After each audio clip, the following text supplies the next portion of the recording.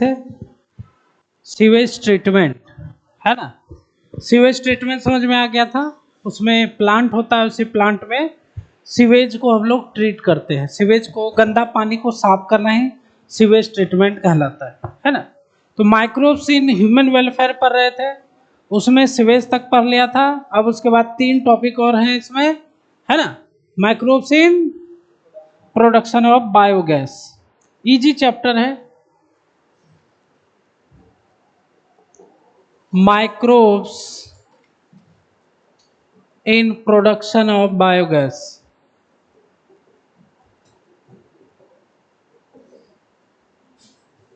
Production of biogas. तो microbes का उपयोग बायोगैस के प्रोडक्शन करने में उपयोग करेंगे, ठीक है। जैसा कि अगर बायोगैस बोला जाए तो बायोगैस मतलब क्या होता है? बायोगैस में बहुत सारे गैस होते हैं, methane, carbon dioxide, hydrogen, hydrogen sulphide, सभी गैस होते हैं। लेकिन इसमें जो मेनली गैस होता है वह होता है मीथेन। और मीथेन गैस जो होता है वो जलता है। जिस तरह गैस हम लोग यूज करते हैं एलजीपी, है ना, उसी तरह ये गैस भी जलता है। तो ये जो बायोगैस है इसमें कौन कौन से हो जाएंगे? Mainly methane. मीथेन होता है, मीथेन का फॉर्मूला CH4। मीथेन के अलावा आपको carbon dioxide, hydrogen, hydrogen sulphide, ये सभी गैसेस इसमें रहते हैं, लेकिन मेनली होता है मीथेन गैस, ठीक है। अब आपको बायोगैस कैसे उत्पाद करना है? एक तो हमने पिछले क्लास में पढ़ा था कि सीवेज जब ट्रीटमेंट करते हैं, है ना, तो लास्ट में जब ना अनएरोबिक जो डाइजेस्टर होते हैं तो उसमें डालने पर वो गैस उत्पन्न करते हैं, ठीक है। तो एक तो हम लोग क्या करते हैं, कैसे यूज करते हैं? जैसे सीवेज है, सीवेज मतलब गंदा पानी, है ना, नाला का पानी। जब इसको ट्रीट किया जाता है, जब इसको ट्रीट किया जाता है तो उस समय हम लोग बायोगैस का निर्माण करते हैं। बायोगैस का ये हम लोग पढ़ चुके हैं, सीवेज को ट्रीट किया जाता है तो बायोगैस का निर्माण होता है। और यहाँ पर आप लोगों ने देखा था कि जो बायोगैस है इसको निर्माण करने में एनएरोबिक बैक्टीरिया यूज होता है। कौन सा बैक्टीरिया यूज होता है? Anaerobic bacteria.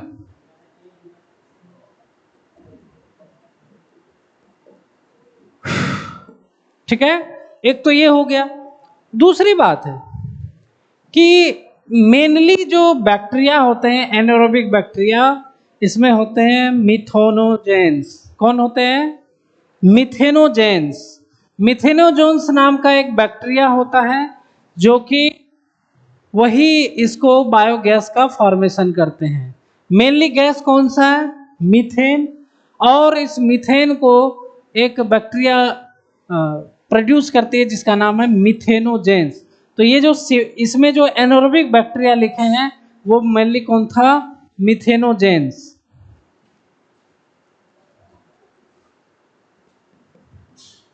मेनली मिथेनोजेंस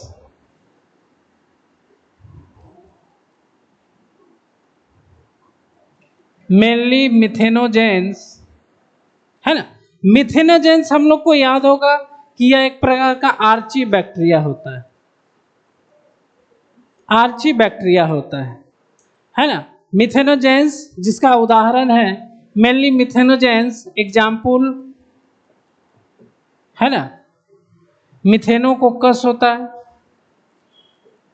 या मिथेनोबैक्टीरियम बोल दो, आपके एनसीईआरटी में लिखा हुआ है।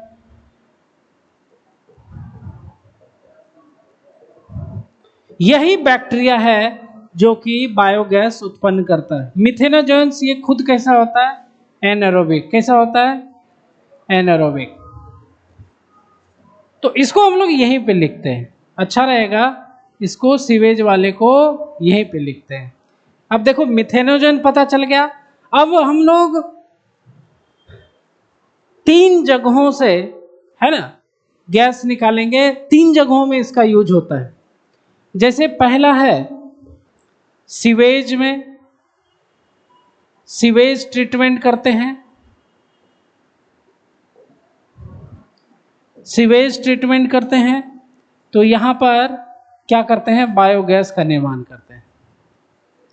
और यहाँ पर एनारोबिक बैक्टीरिया होती है, जिसमें मेनली कौन होता है, मिथेनोजेंस।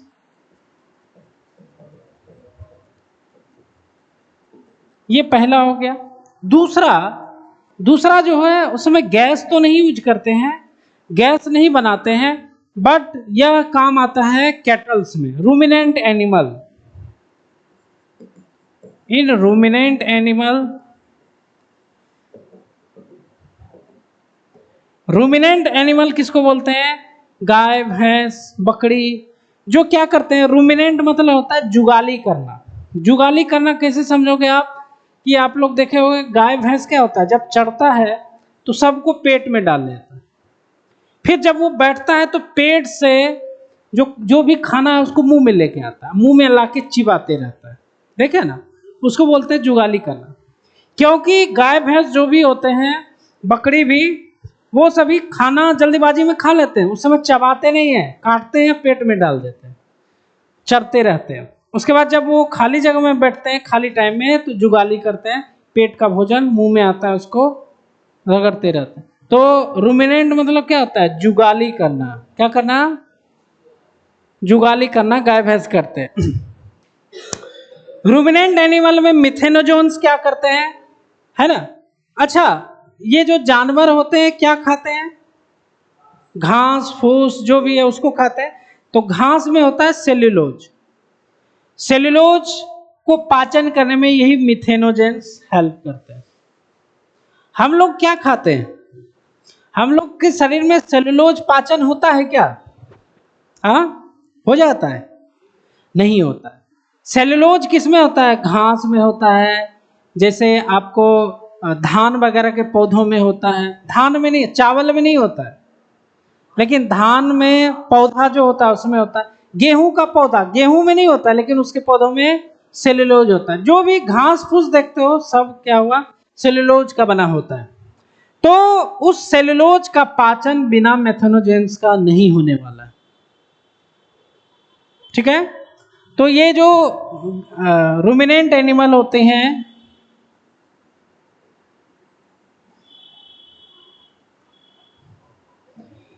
इनका एक विशेष प्रकार का पेट होता है ना। इस पेट को कहा जाता है र्यूमेन। क्या बोलते हैं इसको, र्यूमेन।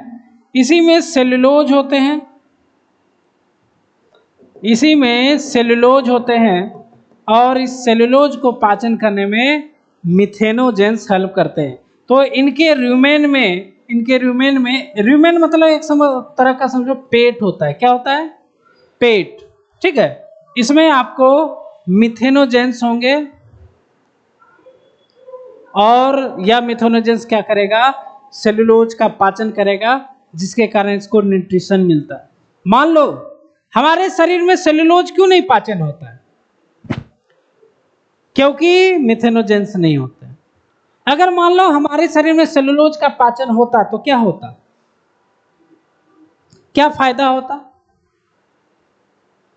सेल्यूलोज का पाचन होता तो घास फूस खा के रह जाते हैं, जैसे शिवाजी महाराज रहे थे। घास फूस खाते तो पढ़ने लिखने का चक्कर नहीं होता, नौकरी का चक्कर नहीं होता।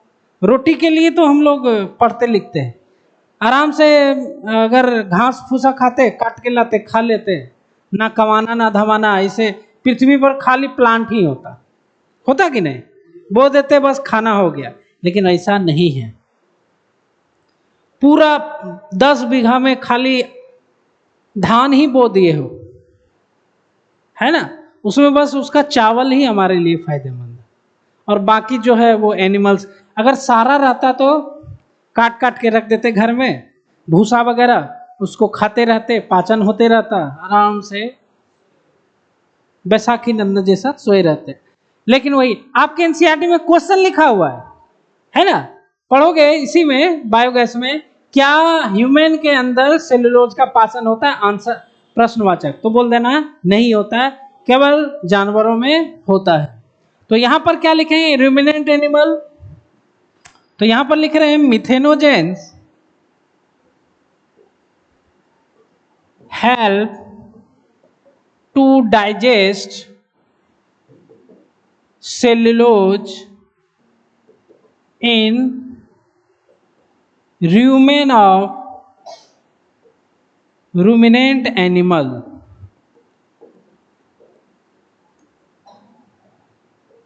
which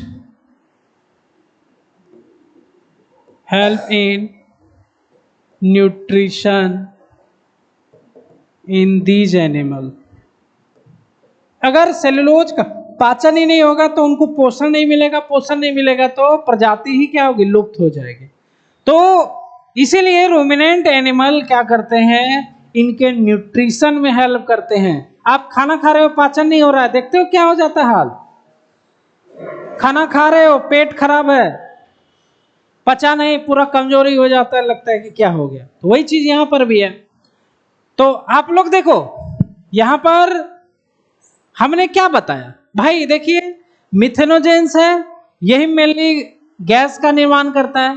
तो गैस का निर्माण कहां कहां से होता है, एक सीवेज से होता है, इससे एक बायोगैस बना है। यहां पर ये बायोगैस नहीं है, यहां पर इन मिथेनोजेंस का उपयोग है ना, रूमिनेंट एनिमल के अंदर सेलुलोज का पाचन करते हैं, है ना।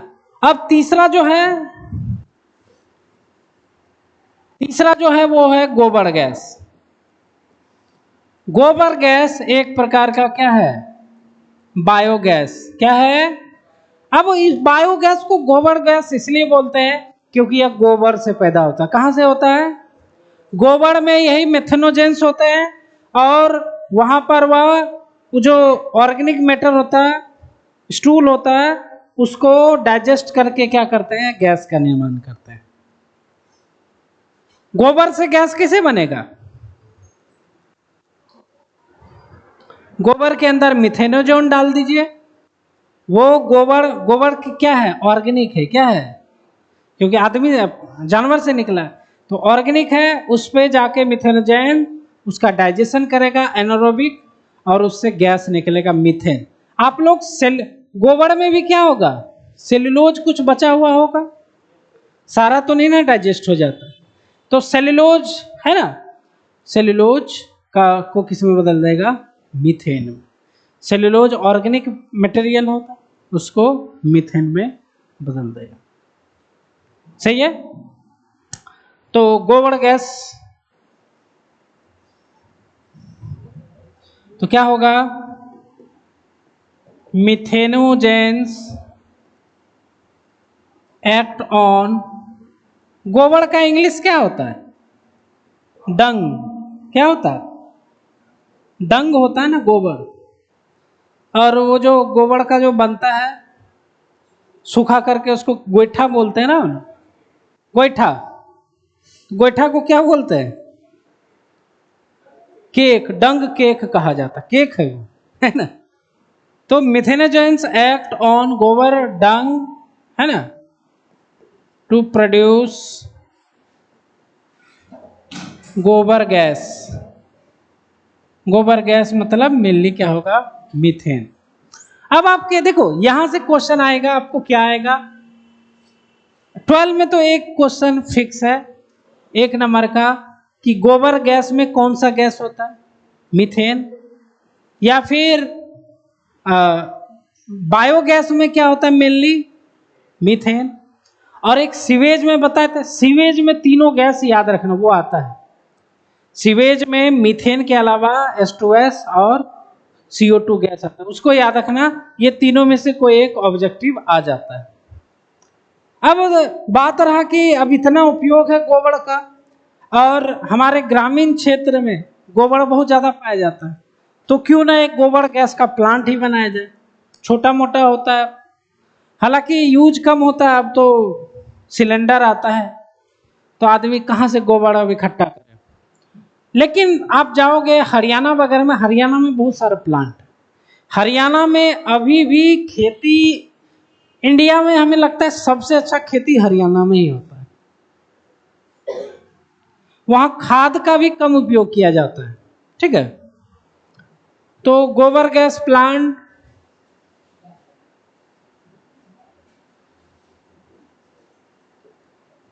कुछ नहीं है, गोबर गैस का प्लांट में, है ना,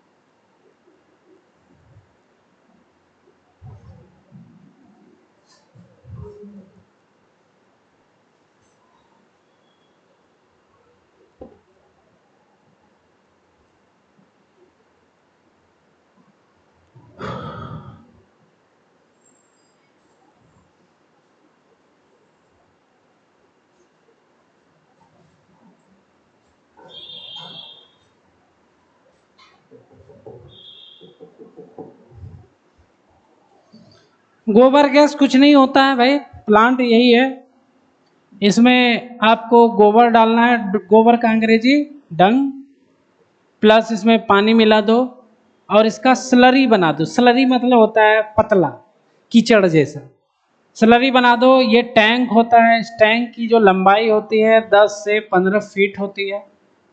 इस टैंक में एक और टैंक होता है जो लटका रहता है, आधा ऊपर से लटका हुआ है ना, ये इस तरह से है ना। तो इसमें डाला, इसको डाइजेस्टर बोलते हैं। डाइजेस्टर मतलब, अब इसमें रखेंगे आप क्या लिखे रखेंगे, मेनली मिथेनोजेंस। क्या रखेंगे, यहां से गोबर आया, मिथेनोजेंस इसमें मिक्स हुआ। मिथेनोजेंस क्या करेगा, उस गोबर को डाइजेस्ट करेगा एनएरोबिक रूप से। डाइजेस्ट जैसे करेगा तो इसमें जो सेल्यूलोज होगा वह मीथेन में बदल जाएगा।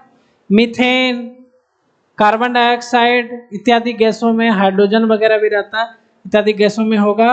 और इसको आप लोग क्या करोगे, इसको गैस को सप्लाई कर दोगे इस तरह से बाहर की ओर, है ना।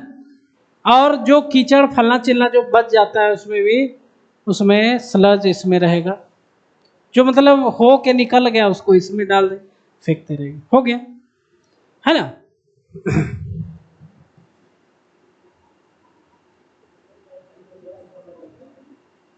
गैस यहाँ होगा, हाँ बोलो।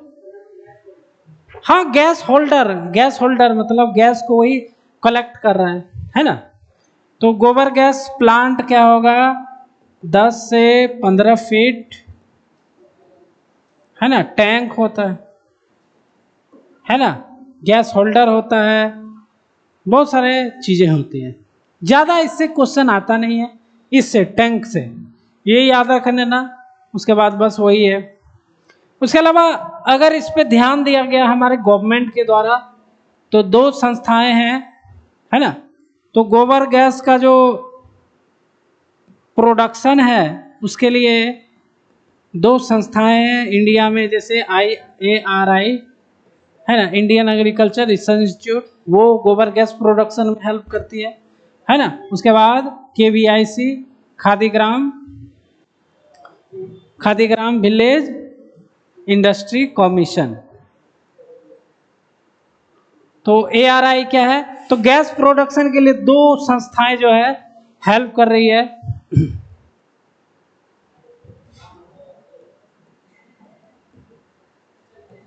इंडियन एग्रीकल्चरल रिसर्च इंस्टीट्यूट, इसका क्या होगा, खादीग्राम विलेज इंडस्ट्रीज कमीशन। इसका फुल फॉर्म पूछा जाता है, नीट में आ चुका है, समझ रहे हो।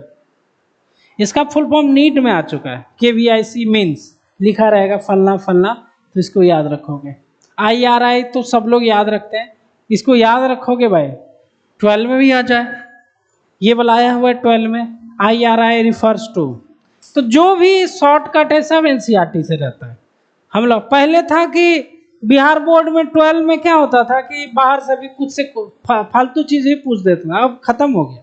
अब NCERT से ही रहता सारा क्वेश्चन, NCERT से, इसलिए अब टेंशन ही नहीं रहता है कि बाहर से क्वेश्चन आने का क्या पूछ देगा, वो टेंशन नहीं है, सारा NCERT से रहता है। खाली आप ऊपर ऊपर भी पढ़ते जाओगे, 12 आपका आराम से अच्छा नंबर आ जाएगा। ये हो गया हमारा।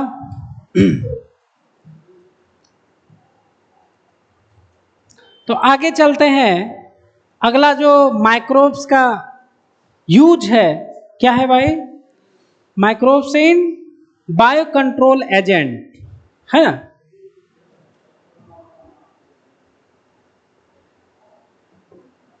Microbes as bio control agents, है ना। अब बायो कंट्रोल क्या होता है समझो जरा सा। हम जो फसल बोते हैं उसमें क्या क्या लगता है, जैसे कीड़ा लग जाता है, कीड़ा लग जाता है ना, कीट पतंग बहुत सारे लग जाते हैं। उसके बाद मिट्टी से दूसरा पौधा उग जाता है जो कि हमारे पौधे को नुकसान करते हैं, है। पिछले साल ही हम गांव गए थे तो गेहूं का फसल लगा हुआ था। गेहूं छोटा छोटा ही था और इतना छोटा छोटा प्लांट उगा था पूरे खेत में, गेहूं से ज्यादा वही दिख रहा था। उसको गांव में पिपली बोला जा रहा, छोटा छोटा पत्ता रहता है। तो हम सोचे कि गेहूं तो बड़ा हो जाएगा, ये तो छोटा ही रहता है, तो इससे क्या नुकसान होगा। पता चला 1 मंथ बाद पता चला कि उसमें जब गए गेहूं का प्रोडक्शन ही बहुत कम था, मतलब कुछ पौधा आया कुछ नहीं आया, मतलब गेहूं खराब। सोचो इतना नुकसान पहुंचाता है अगर दूसरा प्लांट उग गया उसके साथ। तो उन सब प्लांट को मारने के लिए हम लोग क्या करते, देखो वो जो प्लांट उगते हैं ना गेहूं वगैरह के साथ, उसको बोलते हैं वीड। क्या बोलते हैं? वीड्स। वीड्स मतलब होता है वैसे प्लांट जो कचरा के रूप में, जिसका हमारा उपयोग नहीं है। तो इसके लिए वीड्स के लिए हम लोग क्या करते हैं, केमिकल यूज करते हैं जिसका नाम क्या है, वीडीसाइड्स। क्या करते हैं? वीडीसाइड्स। अब ये केमिकल डाला तो इसको यह क्या होगा, पॉल्यूटेड हो जाएगा। मिट्टी जो है क्या होगा, उसमें ये आ जाएगा, पॉल्यूशन फैल जाए, मतलब सॉइल पॉल्यूशन हो गया। उसके अलावा कीड़े मारने का दवा अभी हम लोग छिड़कते हैं, अब कीड़ा नहीं लगता है। हम देखते हैं कि गांव वगैरह में घर में आता है एक मशीन होता है, ऐसे पूरे खेत में डाल देता है, तो वो इंसेक्टिसाइड, इंसेक्ट को मारने वाला होता है, पेस्ट को मारने वाला होता है, केमिकल होता है, उसका उपयोग करते हैं, है ना। वीडीसाइड्स, इंसेक्टिसाइड्स, है ना। उसके अलावा पेस्टिसाइड्स। इंसेक्टिसाइड मतलब हुआ कीड़े, पेस्टिसाइड मतलब होता है कीड़े के अलावा भी बहुत सारी चीजें होती है ना, उसको बोलते हैं पेस्टिसाइड्स, है। देखो अर्थवॉर्म, अर्थवॉर्म क्या है, कीड़ा है कि नहीं। देखो ऐसे समझो, आप लोग 11th में पढ़े थे ऑर्थोपोडा। ऑर्थोपोडा में जो भी एनिमल होते हैं उनको बोला जाता है इंसेक्ट। क्या बोला जाता है? ऑर्थोपोडा के अलावा एनेलिडा, है ना, एनेलिडा होता है, एस्केलमेंथिस होता है, उसमें भी कीड़ा जैसा ही एनिमल होता है, लेकिन उसको कीड़ा, इंसेक्ट नहीं बोलते, याद रखो। जैसे अर्थवॉर्म है वो इंसेक्ट नहीं कहा जाता है इसको। हम लोग हिंदी में भले सबको कीड़ा ही बोल देते हैं ना, लेकिन वो कीड़ा नहीं है। देखो इंसेक्टिसाइड मतलब है ऑर्थोपोडा। कौन है? ऑर्थोपोडा। और पेस्टिसाइड ऑर्थोपोडा के अलावा भी होते हैं जो फसल को बर्बाद करते हैं, तो वह पेस्टिसाइड्स कहलाते हैं। अच्छा, ये केमिकल, ये केमिकल, ये केमिकल, ये केमिकल जो हम लोग यूज करते हैं, है ना, इस तरह का जो खेती होता है इसको कहा जाता है कन्वेंशनल एग्रीकल्चर। क्या बोलते हैं इसको? Conventional farming. फार्मिंग समझते हैं ना, कृषि, है ना, एग्रीकल्चर।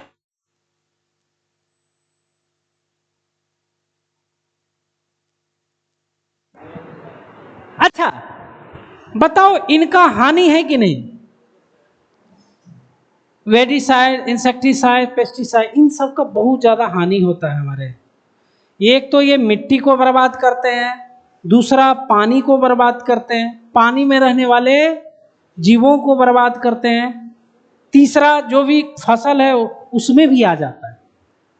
ये सब डाल रहे हो ना, तो ये जड़ों के द्वारा पौधों में आ जाता है। क्या आ जाता है?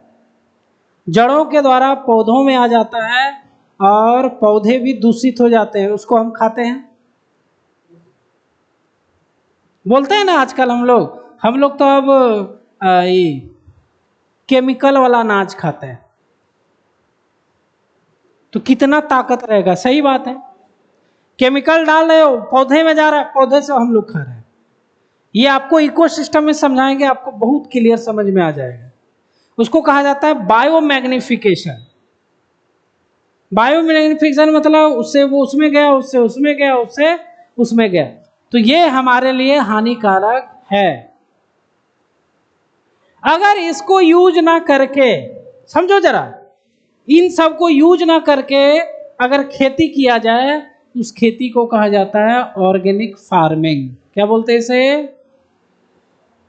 तो दो तरह का कृषि हुआ, एक खेत जिसमें खाली केमिकल डाला, कौन सा फार्मिंग, कन्वेंशनल, और एक ऐसा खेती जिसमें ये सब नहीं डाला, उसको बोलते हैं ऑर्गेनिक फार्मिंग। अच्छा, मान लो ये वीड हो गया, अब इस वीड को खाने वाला जरूर कोई कीड़ा होगा, कोई वायरस होगा, कोई फंगस होगा। अगर उस फंगस या वायरस को खेत में डाल दे तो ये खत्म। कीड़ा, आप लोग पढ़ेंगे अभी कि बहुत सारे ऐसे पंछी होते हैं, बहुत ऐसे कीड़े भी होते हैं जो दूसरे कीड़े को खा जाते हैं। जो हमारे फसल वाले कीड़े को खा जाते हैं तो उसको यूज कर लेंगे। बहुत सारे पंछी भी कीड़े को खा जाता है, उसको हम लोग वहां पर रखेंगे। पेस्ट, इसको भी खाने वाले अलग कीड़े होते हैं, या फिर मतलब हमें वैसे कीड़ों को मारना है जो हमारे फसल को नुकसान करते हैं, अदर कीड़े को मारना नहीं है। तो हम लोग क्या करेंगे, उस कीड़े को खाने वाले एनिमल को वहां रख देंगे, वहां पर रखेंगे, क्या होगा, ये भी खत्म हो जाएगा। तो इन सब चीजों को कहा जाता है ऑर्गेनिक फार्मिंग। उसके बाद हम लोग एक और चीज यूज करते हैं, फर्टिलाइजर। वो भी क्या है, केमिकल। फर्टिलाइजर ये भी केमिकल है, ठीक है। तो ऑर्गेनिक फार्मिंग में किसका यूज किया जाता है, याद है हमने बताया था कि एक गड्ढा खोद देना है और उसी में जो भी कचरा है घर का, सब्जी उब्जी सब उसमें डालना है, गोबर डालते जाना है, पुआल डालते जाना है, और वह 1 साल बाद क्या होगा, खाद में बदल, उसको खेती करना है। तो वो उसको मैन्यूर कहा जाता है। मैन्यूर वगैरह बहुत सारा नाम है, कंपोजिट, तो उसको तो सारा चीज ऑर्गेनिक फार्मिंग में यूज करता है। अब इतना समझने के बाद ये अब समझ में आएगा, microbes as bio control agent, है ना। मतलब अगर हम लोग किसी एनिमल के द्वारा, बर्ड्स के द्वारा अगर हम लोग इन सब को अगर कंट्रोल कर देते हैं तो उसी को क्या बोलते हैं, बायो कंट्रोल एजेंट। अब कीड़े मारने का दवा ना यूज करके क्या करेंगे कीड़ा खाने वाला पंछी का यूज कर लेंगे, वो क्या हुआ, बायो कंट्रोल एजेंट हो गया। वैसा एजेंट जो बायो हो, मतलब लिविंग हो, अब वो कंट्रोल कर दे, ठीक है। अच्छा, आप लोग मच्छर का नाम सुने हो, है ना, सुना ही हो। मच्छर को खाने के लिए एक होता है ड्रैगन फ्लाई। ड्रैगन फ्लाई, तितली को जानते हैं ना, अरे भाई गांव में जो लंबा पूंछ वाला तितली होता है उसको पकड़ते थे, टिकनी बोलते हैं गांव में। तो वो क्या करता है, मच्छर को खा जाता है, एफाइड्स को भी खा जाता है। एफाइड्स मतलब होता है जो पौधों में मतलब कीड़ा होता है, उसको भी खा जाता है। अगर हम उस तितली को वहां पर कल्चर करके वहां डाल दे, उस एरिया में खाली तितली हो जाएगा, वो क्या करेगा, उसको खा जाएगा, एफाइड्स को खा जाएगा। कंट्रोल हो गया ना, बिना मतलब दवा छिड़के हुए। गांव में हमने तो देखा, आप लोग देखे हो कि नहीं, शाम का समय जब होता है ना, शाम के समय जहां पर गाय वगैरह रहती है, तो वहां पर खड़ा होना गर्मी के दिन में, आपके माथे पे मच्छर इस तरह से रोटेट करता है। और एक चीज और देखना, एक छोटा सा पंछी होता है, आता है ऐसे जाता है, फिर ऐसे जाता है, फिर ऐसे जाता है। वो पंछी आता है, मुंह फाड़ले रहता है, 10-20 को मच्छर गया, फिर उधर गया, फिर खा गया। तो यहां पर भी क्या है, मच्छर मरा रहा है ना किसी पक्षी के द्वारा, तो ये क्या हुआ, बायो कंट्रोल एजेंट। वैसा एजेंट जो बायो हो, लिविंग हो, और उसको कंट्रोल करे, ठीक है। तो हम लोग इसकी बात कर रहे हैं, इसकी बात नहीं करेंगे। तो इसको हम लोग एक एक करके लिख के समझते हैं।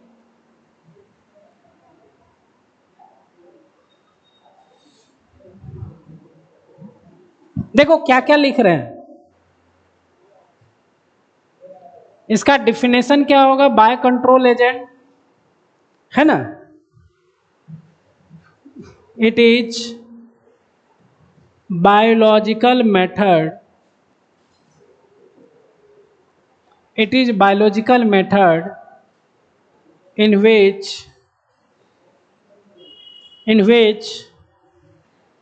pathogens, पैथोजेंस मतलब कौन किसका पैथोजन, पैथोजन मतलब रोग कारक, प्लांट का, किसका, प्लांट को बर्बाद होने से बचाना है ना।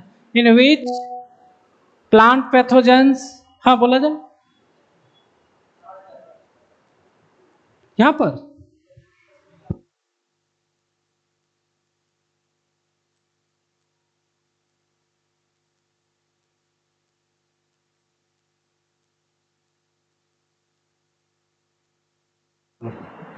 तो which plant pathogen and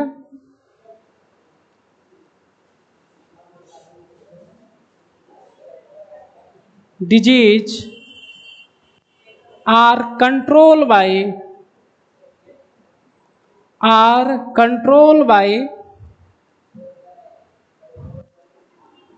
organism, किसी जीव के द्वारा ही अगर हम लोग किसी रोग को या किसी पैथोजन, पैथोजन समझते हो, इंसेक्ट वगैरह को अगर दूर करें तो उसे क्या बोला जाता है, बायो कंट्रोल एजेंट, क्या होगा, है ना। तो बायो कंट्रोल, तो ये परिभाषा हो गया किसका, बायो कंट्रोल का, किसका हो गया, बायो कंट्रोल, बायो के द्वारा कंट्रोल करना, ठीक है। अब देखो हम लोग क्या करते हैं, हम लोग क्या करते हैं मॉडर्न समय में, हम लोग खेतों में क्या करते हैं, ज्यादातर केमिकल का उपयोग करते हैं, किसका उपयोग करते हैं, केमिकल का उपयोग करते हैं, जिसमें से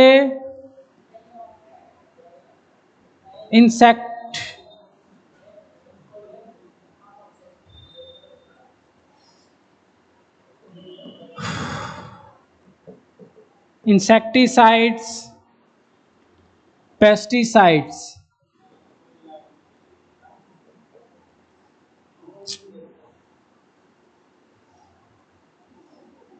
इंसेक्टिसाइड्स, पेस्टिसाइड्स, है ना। मॉडर्न डे में हम लोग क्या करते हैं, केमिकल कौन सा यूज करते हैं, इंसेक्टिसाइड्स, पेस्टिसाइड्स एंड वेडिसाइड्स। ये तीनों जो केमिकल है या किसको इफेक्ट करेगा, हार्म करेगा, ह्यूमन को और एनिमल्स को।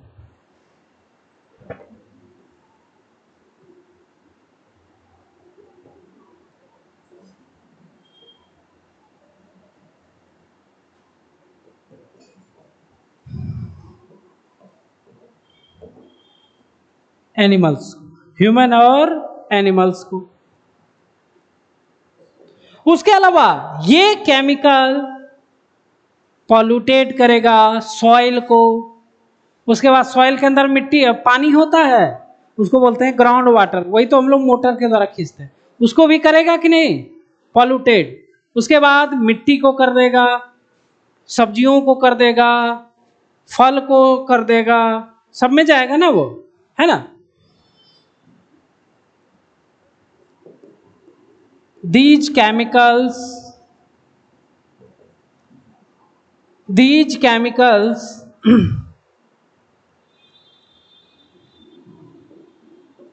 polluted the soils, मिट्टी को, ग्राउंड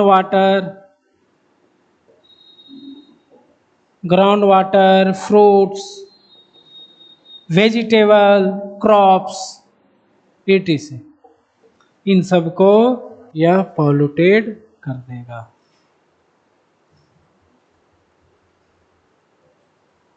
ठीक है।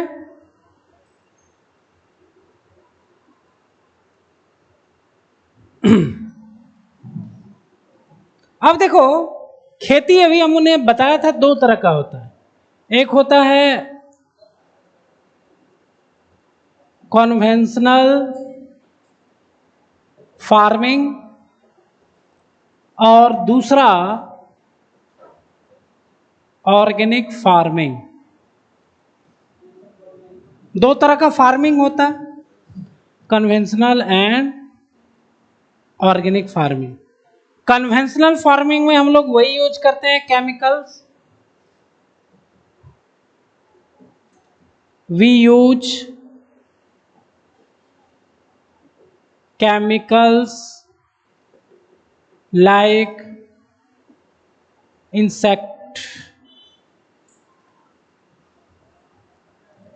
insecticides, pesticides, fertilizer, fertilizers, weedicides। Organic farming में ये केमिकल नहीं होते हैं, ठीक है। ऑर्गेनिक फार्मिंग में ये केमिकल नहीं हो जाते हैं। तो इसमें क्या होते हैं, फार्मर्स यूज नो केमिकल,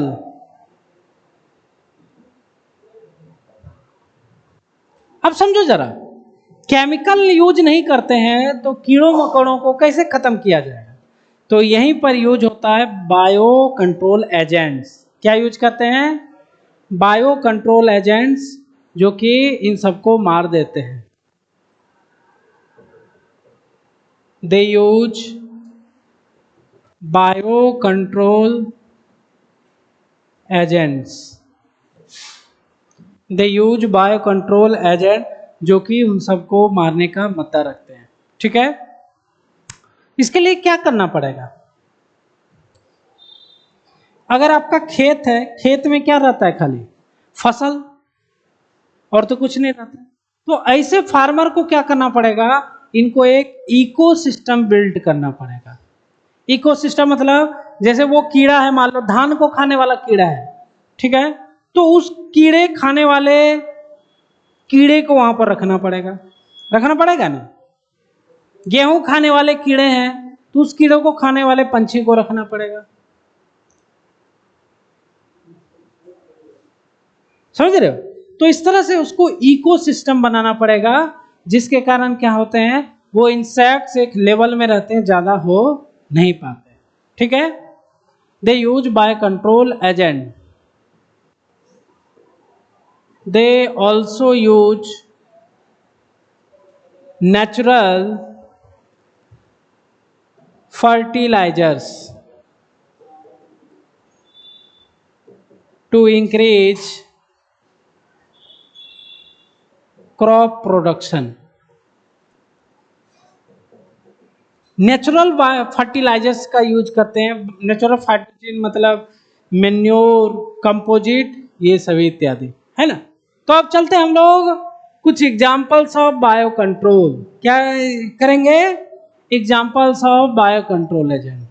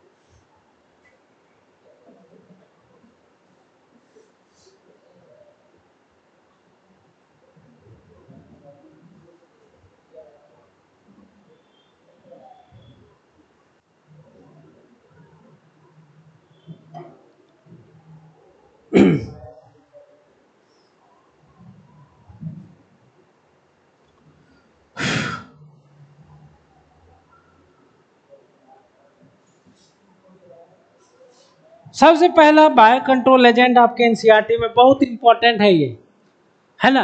पहला है ladybird and dragonfly. Ladybird देखे हो, लेडी बर्ग नहीं देखे हो, देखो ना, वो ऐसा होता है, इस तरह का होगा, और इसमें ब्लैक और रेड धारी होती है इस तरह से, देखे हो, याद आया होगा थोड़ा मोरा। ये है लेडी बर्ड, है ना। ड्रैगन फ्लाई तो हम लोग जानते हैं तितली जैसा होता है, तितली बोलते हैं गांव में। तो ये दोनों देखो किसको कंट्रोल करते हैं, तो लिख रहे हैं red and dark marking lady bird and dragon fly. Dragon fly ये क्या करेंगे, ये कंट्रोल करेंगे। किसको कंट्रोल करेंगे, दे कंट्रोल, हाँ वही है, दे कंट्रोल एफिड्स।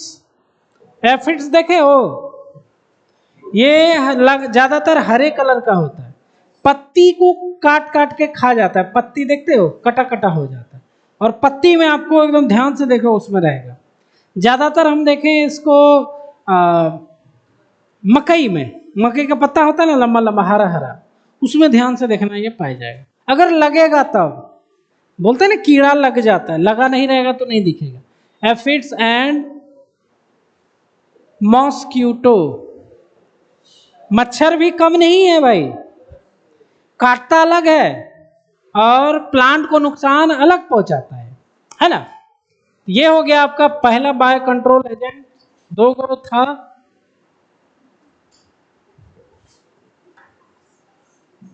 दूसरा है आपका फेवरेट बीटी, कौन है, बीटी, बैसिलस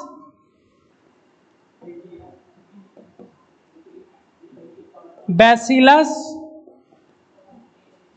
थुरिंजिएंसिस, बीटीसी को बोलते हैं ना। अब देखो ये भी खतरनाक है, एक तो हम लोग बीटी कॉटन में पढ़े थे, या कीड़ों को मार देता है। बीटी क्या होता है, यह तितली का जो लार्वा होता है, जिसको हम लोग क्या बोलते हैं, कैटरपिलर। तितली क्या करती है कि फसल उसल के ऊपर में अपना लार्वा छोड़ देती है, लार्वा का पोषण होता है और वह तितली बन के उड़ जाते, लेकिन उसके पोषण में हमारा लॉस हो जाता है, हमारा प्लांट गड़बड़ा खराब हो जाता है, तो उसको भी हमें कंट्रोल करना है, तो ये करवाता है।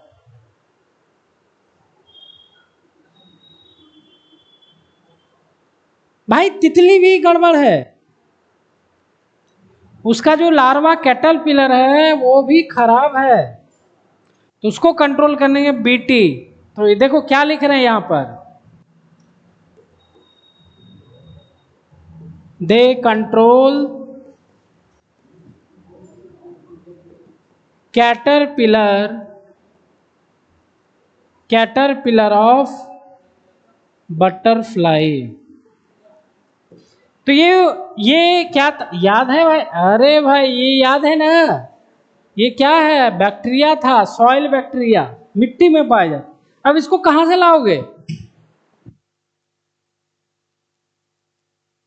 इसको कहां से लाओगे, तो यह मार्केट में मिलता है पाउच के रूप में। क्या मिलता है, पाउच के रूप में, नेट पर जाकर के देख लेना आप।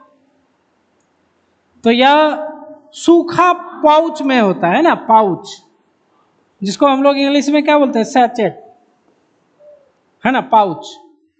इसी में ये ड्राई स्पोर के रूप में होता है। कैसा होता है, ड्राई स्पोर के रूप में।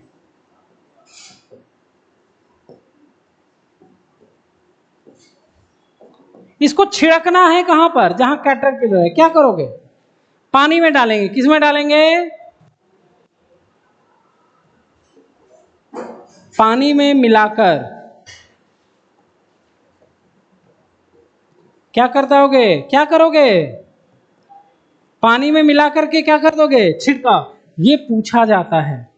बीटी थुरिंजिस किस रूप में होता है मार्केट में, पाउच के रूप में होता है, और कैसा होता है, ड्राई होता है। कैसा होता है, ड्राई स्पोर के रूप में होता है।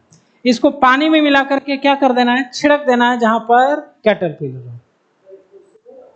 हाँ पॉसिबल भाई मार्केट में मिलता है, देख के नहीं, पूरा छिड़क दो, पूरे खेत में छिड़क दो भाई। अच्छा बताओ, ये केमिकल है क्या? केमिकल तो नहीं है, ये तो बैक्टीरिया है। पानी में मिलाओगे, छिड़क दो, किसी चीज का नुकसान नहीं होना है, मिट्टी उट्टी का, छिड़क दिया। जहां कैटरपिलर होगा मर जाएगा, नहीं है तो नहीं देना है। हाँ हाँ, जीव तो यूज कर रहे हैं, सब में तो जीव ही यूज कर रहे हैं। बायो एजेंट कौन सा, फर्स्ट वाले में? अरे भाई ये छिड़कने वाला कहां से हो गया, ये तो जीव है, जीव से जीव को मारे। यहां छिड़कने वाला है क्योंकि ये बैक्टीरिया है। हाँ तो पॉसिबल ही है ना, नहीं वहां छोड़ देना है उसको, भाग जाएगा। वो क्या है देखो, इसमें क्या होता है कि आपको खत्म नहीं करेगा, लेकिन एक लेवल में रखेगा। इकोसिस्टम पढ़ोगे तब आपको समझ में आएगा। अच्छा मान लो कोई हिरन है, और अगर हिरन को 10 साल तक छोड़ दिया जाए, पूरे दुनिया में हिरन हो जाएगा, इतना तेजी से वो प्रोडक्ट्स होता है। लेकिन हिरन कम क्यों है? उसके प्रीडेटर्स के कारण। हिरन को खाने वाला कौन कौन है भाई? भेड़िया है ना, हाइना है, उसके अलावा डॉग्स है, शेर है, ये सब खाता है। इस दुनिया में बायो कंट्रोल से ही मतलब दुनिया बचा हुआ है। सभी जीव को सभी जीव खाते हैं, इसलिए सभी जीव क्या रहते हैं, मेंटेन रखते हैं। ये जो आप लग रहा है ना कि खा पाएगा कि नहीं खा पाएगा, लेकिन आपको जानकर ऐसा होगा ये पूरा दुनिया ही बायो कंट्रोल है, बायो से बायो को कंट्रोल करते हैं। ऐसा कोई जीव का नाम बताओ जो कि दूसरे जीव को नहीं खाता है, बता दो कोई भी, कोई नहीं है ऐसा। प्लांट यूज नहीं खाता है, उसके अलावा कोई भी एनिमल्स ऐसा नहीं है जो कि, समझ रहे बात को? हाँ ये हो सकता है कि ये इसको हो सकता है नहीं भी खा पाए, बढ़ भी जाए, लेकिन एक मेंटेन में रखता है। आपका एनसीईआरटी लिखा हुआ है कि ये पूरी तरह से इरिटेट नहीं करेगा, लेकिन एक मेंटेन में रखेगा जिससे आपका फसल बच जाएगा। ठीक है, 100 साल जीना ज्यादा अच्छा है कि थोड़ा सा कम ही पैदावार है वो अच्छा है ना? जीना ज्यादा फायदा, रोग बलाय होके मरने से अच्छा है कि क्या। हरियाणा का आदमी क्यों होता है, उसको मजबूत होगा, जल्दी बीमारी। पंजाब की बात नहीं कर रहे, हरियाणा के, वो सब ज्यादातर यूज यही करते हैं, बायो कंट्रोल, केमिकल नहीं यूज करते हैं।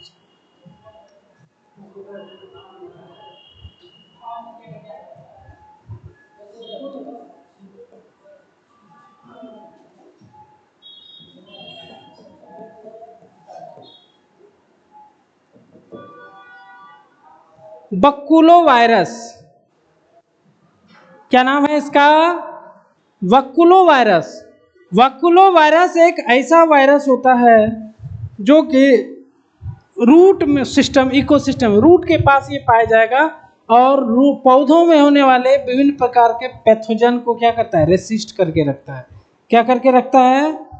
पैथोजन को यह रेसिस्ट करके रखता है ना? तो वक्कुलो वायरस। अच्छा इससे पहले एक और है ट्राइकोडर्मा, इसको देख लेते हैं तब वक्कुलो पढ़ेंगे। ट्राइकोडर्मा, ट्राइकोडर्मा एक प्रकार का फंगस है और जिसका उपयोग किया जाता है बायो कंट्रोल एजेंट के रूप में। ठीक है, ट्राइकोडर्मा क्या कहां पाया जाता है? यह रूट इकोसिस्टम में पाया जाता है, रूट के पास। इकोसिस्टम एक चैप्टर ही है, याद रखना, इसको पढ़ाएंगे तब आपको समझ में आएगा वो सब बातें। फाउंड इन रूट इकोसिस्टम, ये रूट बॉर्न डिजीज, मतलब रूट के जो पैथोजन होते हैं उसको क्या करता है, रेसिस्ट करता है।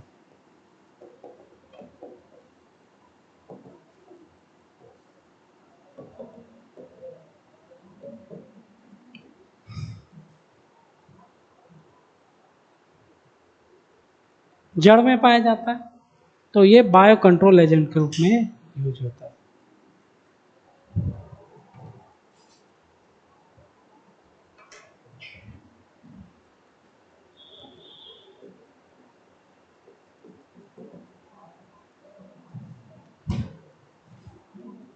चार, बकुलो वायरस। यह वायरस भी बहुत ही इंपॉर्टेंट है और हमें पता नहीं है, आप लोग नहीं जानते हो कि आपके जो फसल हैं उनको हार्म करने के लिए जड़ों, मिट्टी में भी बहुत सारे पैथोजेंस होते हैं, बैक्टीरिया होते हैं जो कि मार देते हैं, लेकिन पौधे को कुछ नहीं होता है इन्हीं सब वायरस के वजह से, है ना। वकुलो वायरस नाम से ही पता चल रहा है, बोका वायरस।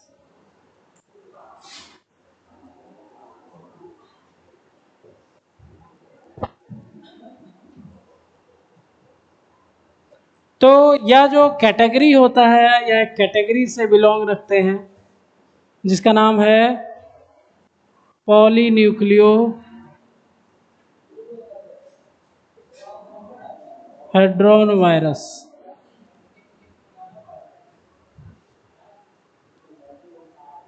है ना।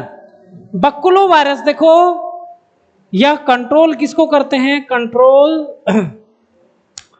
Insects and arthropoda.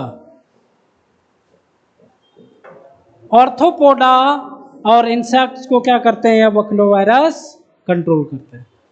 समझो मेरी बात को, बकुलो वायरस ध्यान देना, यह स्पेसीज स्पेसिफिक होता है। कैसा होता है,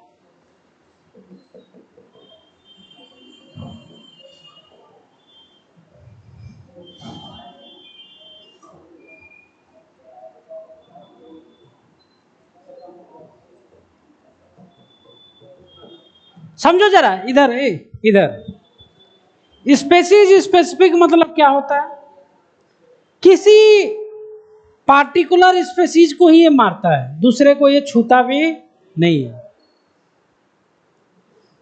जैसे हम लोग जो दवा बनाते हैं वह स्पेसीज स्पेसिफिक होता है। जैसे टाइफाइड को जो दवा है तो टाइफाइड बैक्टीरिया को ही मारेगा, कोरोना को नहीं मारेगा, उसको बोलते हैं स्पेसीज स्पेसिफिक, मतलब उसी स्पेसीज को मारेगा जिसको वो जानता है, दूसरे को हाथ भी नहीं लगाएगा, सबको नहीं मारेगा। मान लो छिड़क दिया, पता चला, हम लोग जैसे कीड़ा मारने वाला दवा छिड़कते हैं तो उसमें कोई भी कीड़ा मर जाता है, अच्छा हो खराब हो सब मर जाता है, चाहे वो यूजफुल ही क्यों ना हो।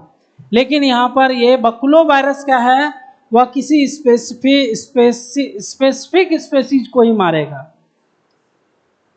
जैसे मान लो उसको तितली को मारना है तो तितली को मारेगा, दूसरे एनिमल को नहीं मारेगा वो, ठीक है। अब इससे होता क्या है कि इसका जो यूज है वो नैरो हो जाता है। क्या हो जाता है, नैरो।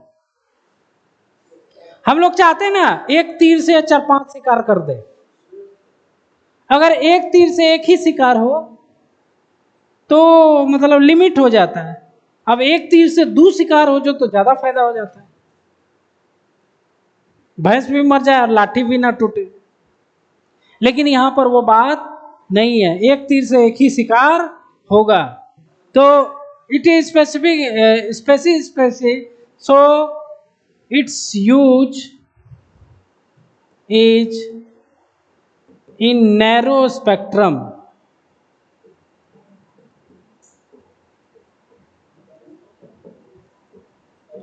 दूसरी बात, यह हाथ तक नहीं लगाएगा, ये क्या करेगा, दीज नोट हार्म यह किसको हार्म नहीं करेगा? प्लांट को नहीं करेगा, ना तो एनिमल को करेगा, ना तो वाटर को करेगा, ना तो सॉइल को करेगा, ना मछलियों को करेगा, एंड नन टारगेट इंसेक्ट, यहां तक कि जिसको वो नहीं जानता उस कीड़े को भी नहीं मारेगा।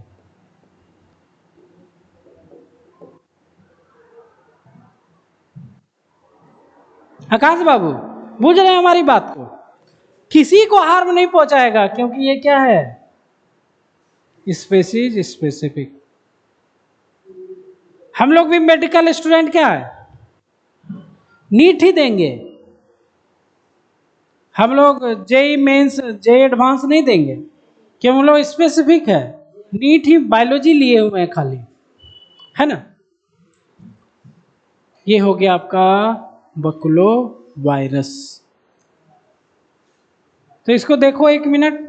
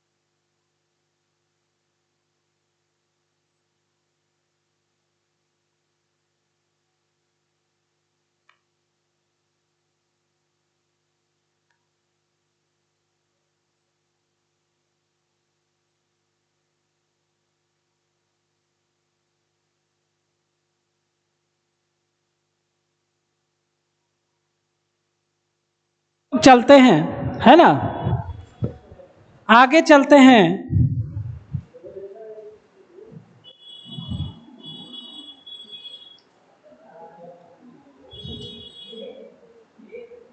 Microbes in bio fertiliser.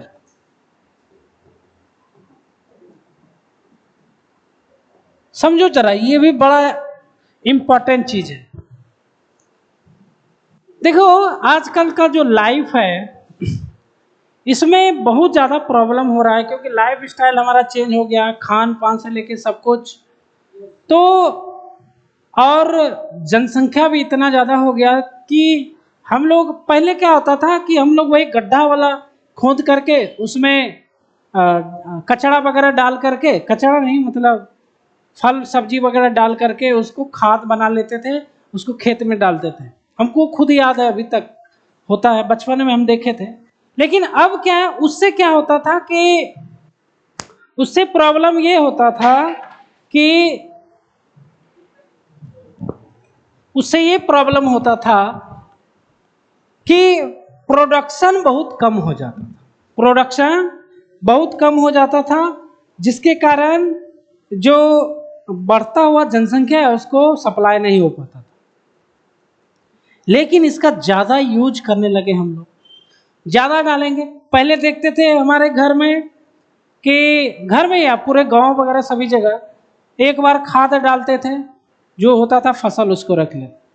फिर लालच हुआ आदमी को, 2 बार खाद डालते हैं और ज़्यादा होगा, 3 बार डालने लगे। फसल तो बाप रे बाप, मेरा फसल जैसा किसी का नहीं। गांव में सीना तान करके आदमी चलता है, उसका फसल गांव में देखे ऐसा होता है। अगर अच्छा फसल है ना तो पूरा गांव में चर्चा होगा, उसका जो धान है बहुत अच्छा है, उसका जैसा किसी के नहीं है पूरे खेत में, बहियार में। समझ रहे हो? लेकिन ओवर यूज ऑफ फर्टिलाइजर या केमिकल्स, इसका जब साइड इफेक्ट हमारे आदमी में होने लगा, देखो कैंसर बहुत ज्यादा होने लगा फर्टिलाइजर केमिकल के रूप में यूज होने पर। तो इसीलिए हम लोग को वो फार्मिंग छोड़ करके अब किसमें जाना ही पड़ेगा, ऑर्गेनिक फार्मिंग। किसमें? Organic farming. और हमें केमिकल फर्टिलाइजेशन के जगह में क्या यूज करना पड़ेगा? Bio fertiliser. क्या यूज करना पड़ेगा? Bio fertiliser. बायो मतलब क्या होता है? लिविंग्स। इसमें कौन कौन आएंगे? Bacteria, fungus, blue green algae, जिसको हम लोग साइनोबैक्टीरिया भी कहते हैं। बायो फर्टिलाइजर ये क्या करेंगे? ये क्या करेंगे? मिट्टी का उर्वरक क्षमता क्या करेगा? बढ़ा देगा, है ना।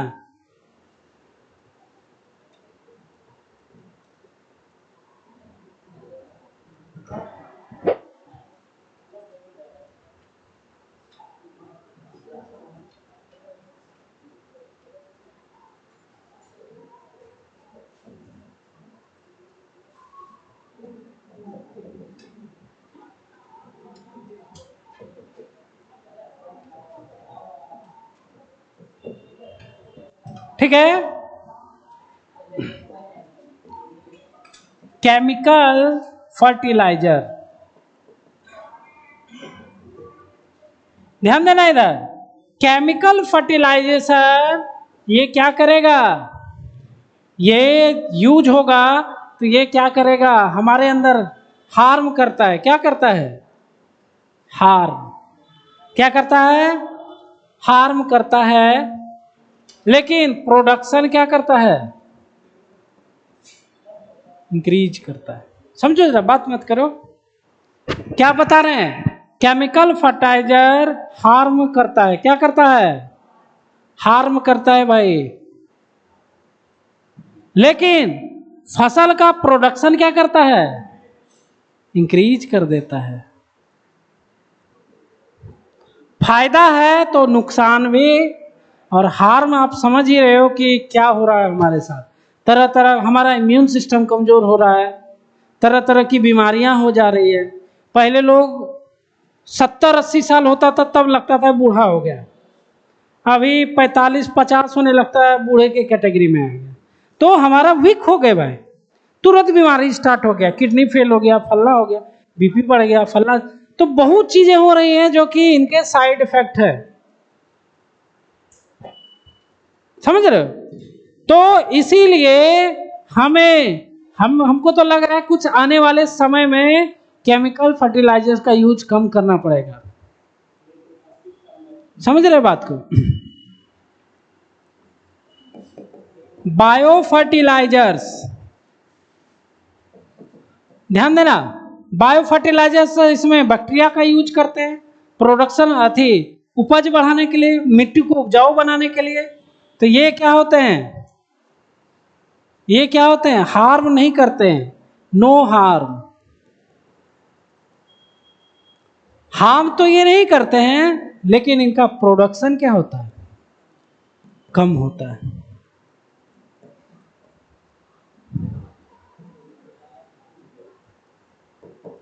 हार्म नहीं करता है, प्रोडक्शन कम करता है, तो भाई ठीक है, मजबूरी में हमें यूज करना पड़ेगा, इसमें बदलना ही पड़ेगा, स्विच ऑन करना पड़ेगा। क्या करना पड़ेगा, बायो फर्टिलाइजेशन का। अगर हम लोग बायो फर्टिलाइजेशन का यूज कर रहे हैं तो वह किसमें हो जाएगा, ऑर्गेनिक फार्मिंग। कौन सा फार्मिंग हो जाएगा, ऑर्गेनिक फार्मिंग। ऑर्गेनिक फार्मिंग में ही हम लोग बायो फर्टिलाइजर का यूज करते हैं। तो इसीलिए देखो, ओवर यूज कर रहे हैं हम लोग, क्या कर रहे हैं, केमिकल फर्टिलाइजर का ओवर यूज कर रहे हैं, इसलिए दिक्कत आ रहा है। प्रोडक्शन बढ़ाना ही पड़ेगा आपको, आदमी ज्यादा है। आज भी बहुत सारा ऐसा किसान है, पता है आपको, कि जैसे मान लो आपको 20 बीघा है, 10 बीघा है मान लो किसान के पास, बहुत सारा ऐसा किसान आज भी है, 1 बीघा में एक वो खाद नहीं डालेगा, एक केमिकल वाला खाद नहीं डालेगा, जो है वो गड्ढा वाला डाल करके उपजा। मान लो 1 बीघा में 10 मन अनाज होता था, 4 ही मन होगा, 4 ही मन में हम लोग साल भर खा लेंगे ना। वो अब करना पड़ेगा आपको।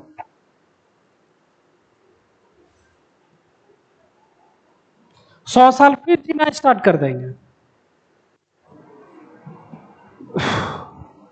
समझ में आया। तो बायो फर्टिलाइजर ऑर्गेनिक फार्मिंग के रूप में यूज होता है। अब यहां पर एग्जांपल्स लिखते हैं।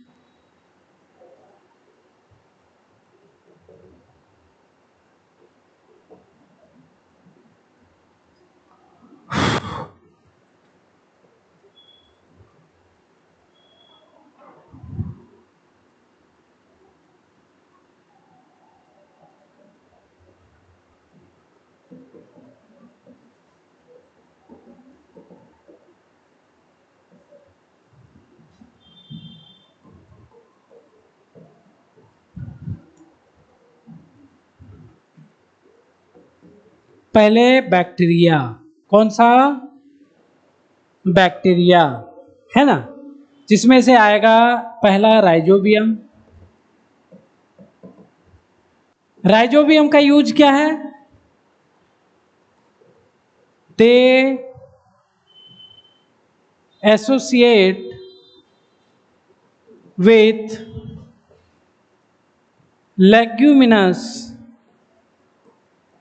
प्लांट रूट, है ना,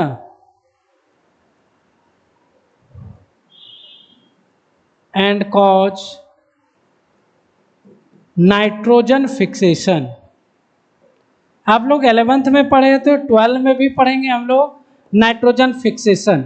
नाइट्रोजन फिक्सेशन मतलब क्या होता है कि वायुमंडल के नाइट्रोजन को जब हम लोग मिट्टी में डाल देते हैं, फिक्स करते हैं, उसी को क्या बोलते हैं, नाइट्रोजन फिक्सेशन। तो राइजोबियम बैक्टीरिया है, वह लेग्यूमिनस, लेग्यूमिनस जानते हो, लेग्यूमिनस प्लांट किसको बोलते हैं, दलहनी पौधे किसको बोलते हैं, दलहनी, जैसे मटर, दाल, उन सब पौधों के जड़ों में ये पाया जाता है ना, उन सब पौधों के जड़ों में यह पाया जाता है और जाकर के नाइट्रोजन फिक्सेशन करता है। क्या करता है भाई? Nitrogen fixation. ये मान लो ये रूट है, इसमें राइजोबियम होता है इस तरह से, ठीक है। अब नाइट्रोजन जो होता है वो कहाँ होता है? हवा में। कहाँ होता है? अब इस नाइट्रोजन को राइजोबियम क्या करता है? मिट्टी में ला करके फिक्स कर देता है इसको नाइट्रेट के रूप में। इसी को बोलते हैं नाइट्रोजन फिक्सेशन। तो नाइट्रोजन मिट्टी में आ गया, मिट्टी क्या हो गई? उपजाऊ हो गई। क्या हो गई? केमिकल नहीं डालना पड़ा। राइजोबियम। दूसरा जो बैक्टीरिया है उसका नाम है, दो है, Azospirillum and Azotobacter.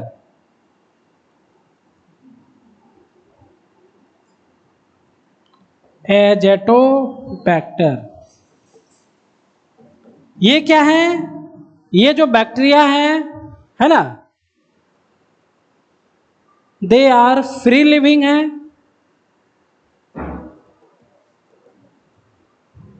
They are free living and fix nitrogen. समझो यहां से क्वेश्चन क्या आएगा? राइजोबियम फ्री लिविंग है कि नहीं, ये बताइए। राइजोबियम फ्री लिविंग या किसी और के साथ रहता है? राइजोबियम किसके साथ रहता है? रूट में। कहां पाया जाता है? रूट के साथ एसोसिएट होता है और नाइट्रोजन फिक्सेशन करता है। तो याद रखना ये फ्री लिविंग नहीं है, रूट के साथ है। लेकिन ध्यान रखना, एजोस्पाइरिलम, एजिटोबैक्टर ये क्या है? फ्री, मिट्टी में रहेंगे, फ्री रहेंगे, किसी के साथ नहीं रहेंगे, प्लांट के साथ नहीं रहेंगे। और ये क्या करते हैं? Nitrogen fix. ये क्वेश्चन कई बार आया है। पूछेगा कि वह कौन सा नाइट्रोजन फिक्सेशन बैक्टीरिया है जो एसोसिएट होता है? राइजोबियम फ्री लिविंग, डायरेक्ट आएगा। एकदम याद रखना, बहुत इंपॉर्टेंट है यार। ये है एसोसिएट और ये क्या है? नोट ऐसे फ्री लिविंग होते हैं, नाइट्रोजन फिक्सेशन करता है। पहला आ गया बैक्टीरिया। तीन होते हैं बायो फर्टिलाइजर, बैक्टीरिया, फंगस और साइनोबैक्टीरिया।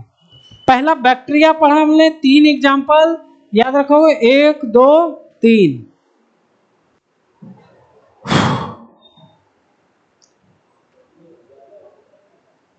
दूसरा है फंगस। फंगस में एक जीनस है ग्लोमस, है ना। तो फंगस क्या होते हैं? वह रूट के साथ एसोसिएट होते हैं।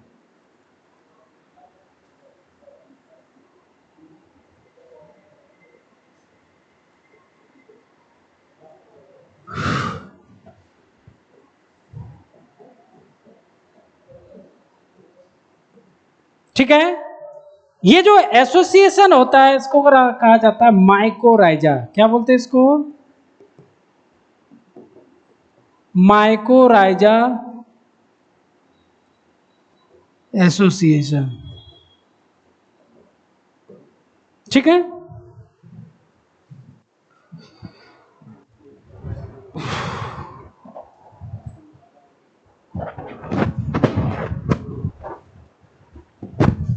आकाश बाबू समझ रहे हैं आप? Mycorrhiza association. तो क्या लिखेंगे यहां पर? फंगस, जिसमें से मेनली कौन होता है? ग्लोमस, याद रखना, है ना। Fungus associate with root of higher plant, है ना,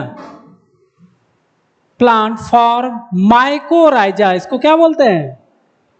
माइकोराइजा इसको कहा जाता है। अब इससे फायदा क्या है देखो, जैसे ये फंगस हो गया और इधर रूट हो गया, तो ध्यान दो यहां पर रूट फंगस को फूड देता है। क्या देता है? फूड। और फंगस रूट को बदले में क्या देता है? यह मिनरल एब्जॉर्प्शन कराता है ना।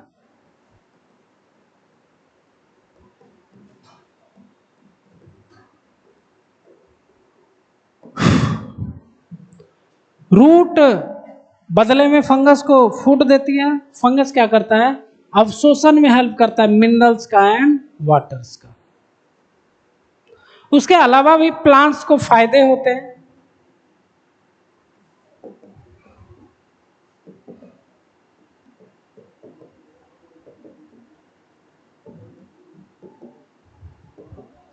प्लांट को माइकोराइजा से क्या एडवांटेज होते हैं? सबसे पहली बात कि प्लांट के ग्रोथ में, प्लांट के डेवलपमेंट में हेल्प करता है। यह जो माइकोराइजा है, help in plant development and growth. Plant के डेवलपमेंट और ग्रोथ में यह हेल्प करता है। ठीक है। उसके अलावा mycorrhiza root borne disease pathogen से भी रेसिस्ट होता है। मतलब जड़ों में लगने वाले जो भी पैथोजन्स होते हैं उसके प्रति रेसिस्ट होता है। जड़ में रोग नहीं लग सकता है।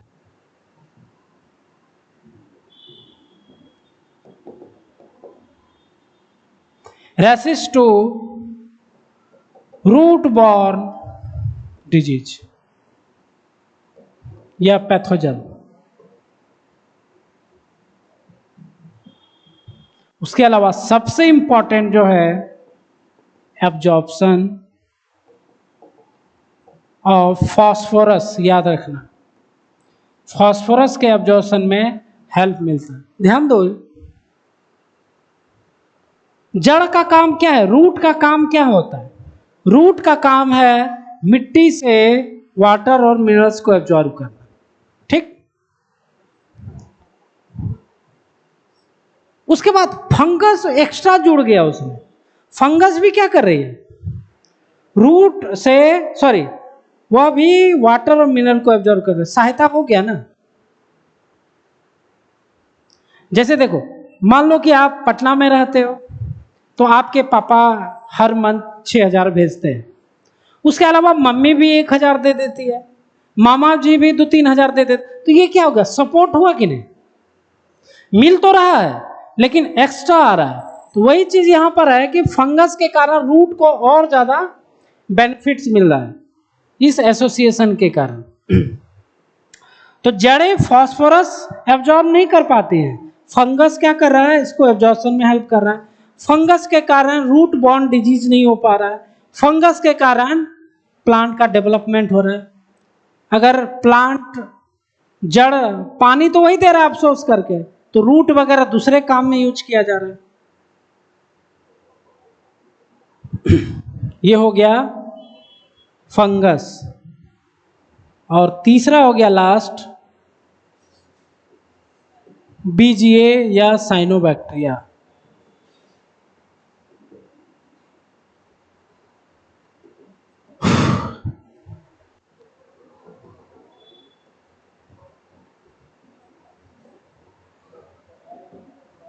Some cyanobacteria like Anavinna,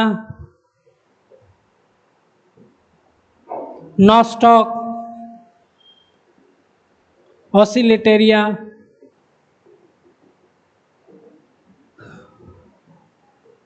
involve in nitrogen fixation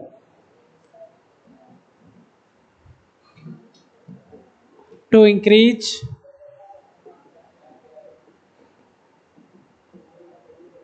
fertilisers, है ना।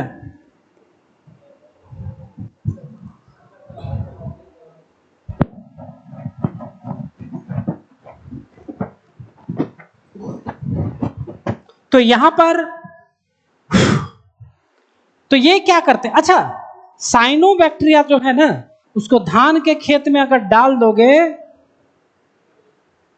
बहुत ज्यादा फायदा होता है, लगभग 50% इंक्रीज हो जाएगा धान का फसल। ठीक है,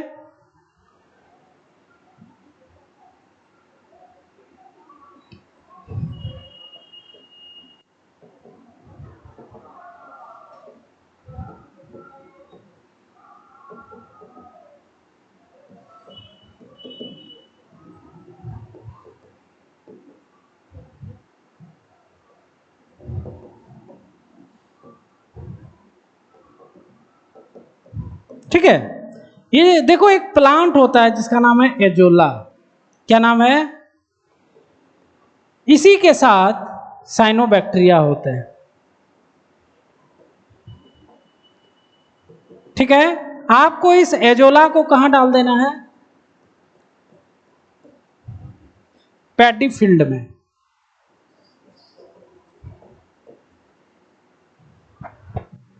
जैसे धान का खेत है ना, उसमें आपको क्या डाल देना है? एजोला। और एजोला के साथ कौन रहता है? साइनोबैक्टीरिया। तो एजोला डालोगे तो ऑटोमेटिक साइनोबैक्टीरिया आ जाएगा और धान के मतलब यहाँ फर्टिलाइजेशन बढ़ा देगा।